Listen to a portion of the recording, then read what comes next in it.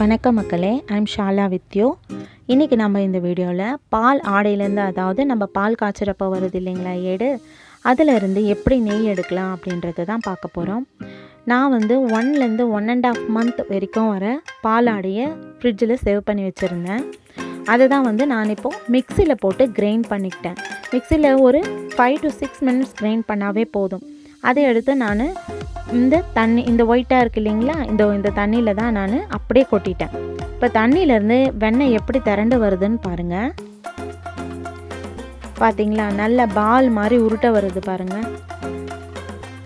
கீழே மோர் மாதிரி ஒயிட் கலரில் இருக்குது இல்லைங்களா, அதை நம்ம யூஸ் பண்ணக்கூடாது. இந்த வெண்ணெயை மட்டும் நம்ம எடுத்து இன்னொரு தண்ணியில் போட்டு வாஷ் பண்ணணும். இது செகண்ட் டைம் நான் வாஷ் பண்ணியிருக்கேன். இந்த தண்ணி பாருங்கள் எப்படி லைட் கலரில் இருக்குது. இதுவும் பாருங்கள் கையில் ஒட்டவே இல்லை, நல்லா வந்திருக்கு பாருங்கள் வெண்ணெய். இது பசும்பால். நான் பசும்பால் தான் வாங்கி யூஸ் பண்ணிகிட்ருக்கோம். ஸோ இது பசு நெய் தான் நான் இப்போ காச போகிறது. நல்ல வெண்ணெய் திரண்டு வருதுங்களா. இதை இதே மாதிரி அது எப்படி வாஷ் பண்ணுறதுன்னு நான் உங்களுக்கு தெளிவாக காட்டுறேன் பாருங்கள். இந்த தண்ணியிலேருந்து எடுத்து இப்படி நம்ம கையிலே எடுத்தோம்னா நல்லா உருட்ட வரும். இதை உருட்டி நம்ம இன்னொரு நல்ல தண்ணியில் போட்டு வாஷ் பண்ணுறது. இதுதான், அவ்வளோதான். இப்படி தான் வாஷ் பண்ணுறது. இந்த மாதிரி ஒரு 2 to 3 times வாஷ் பண்ணதுக்கப்புறம் நான் ஒரு பேனில் போட்டு ஸ்டவ்வில் வச்சுருக்கேன். இது பாருங்கள் வெண்ணெய் எப்படி நல்லா உருகி வருது. இது நல்லா உருக நல்லா நுரையாக மேலே நுரைச்சிட்டு வரும். இப்போ பார்த்தீங்களா நல்லா நமக்கு நுரைச்சிட்டு வருது. இது நெய் ரெடி ஆகிறதுக்கான ஸ்டேஜ்.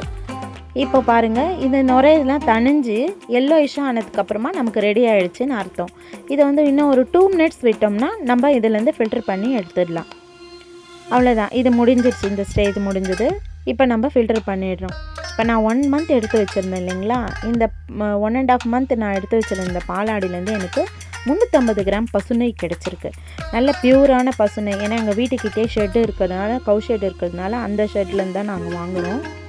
இது பியூரான பசுநெய் கிடச்சிது. இது மறுநாள் மார்னிங் பார்த்தோம்னா நமக்கு தெரிஞ்சிடும் இது எப்படி வந்திருக்குன்னு. பாருங்கள், நான் மார்னிங் காட்டுறேன்.